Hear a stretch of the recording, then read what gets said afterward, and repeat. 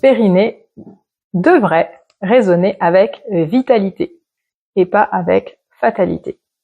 Il arrive que je reçoive des femmes de tous âges, parce que voilà, certains sports font que le périnée peut avoir certains impacts, j'allais dire.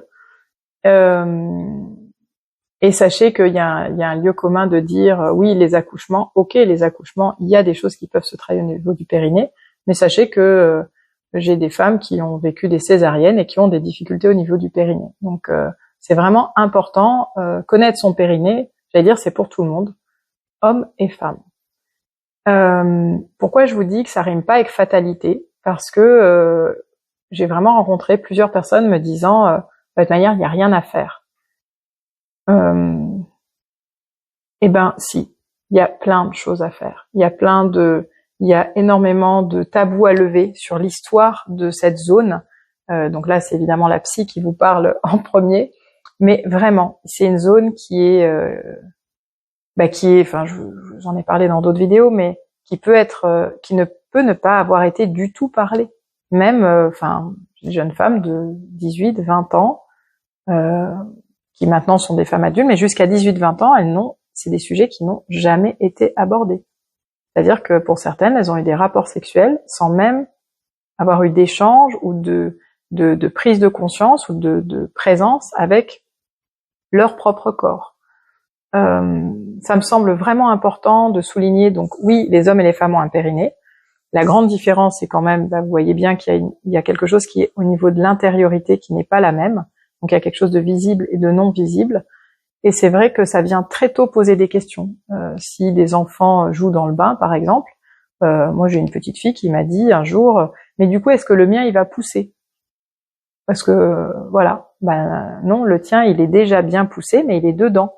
Et c'est vrai qu'il y a une méconnaissance au niveau même du sexe, au niveau du sexe féminin. Par exemple, le clitoris, il y a encore beaucoup d'images et d'imaginaires autour du bouton clitoridien. Maintenant, nous savons qu'il y a des corps.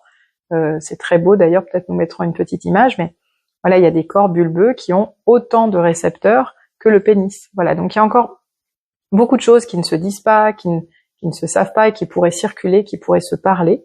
Mais ce que je veux vous dire surtout, c'est que si vous avez vraiment, si vous arrivez de pas pouvoir monter sur un trampoline, ça c'est un cas extrême, mais même de pas pouvoir sauter sur place parce que vous avez peur d'uriner sur vous ou même en marche rapide ou parce que vous toussez, c'est juste que dans les salles de sport, moi j'aimerais bien qu'il y ait dans toutes les salles de sport de France et de Navarre un endroit pour muscler son périnée, sa voix, pourquoi pas, muscler sa spiritualité, ça sera encore mieux. Donc vraiment, je propose vraiment une extension assez grande des salles de sport parce que finalement, c'est un muscle.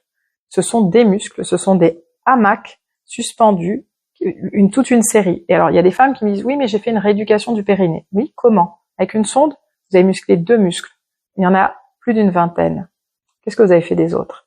Donc là, vraiment, je vous propose de rentrer dans une nouvelle salle de sport, la salle de sport de votre intérieur, de votre être, pour muscler votre motivation, votre joie de vivre, votre périnée, mais aussi la joie de laisser votre voix s'élancer, c'est-à-dire que le souffle puisse venir vous habiter jusqu'au fondement et laisser le souffle rejaillir et habiter l'espace. Donc voilà, pas de fatalité, de la vitalité.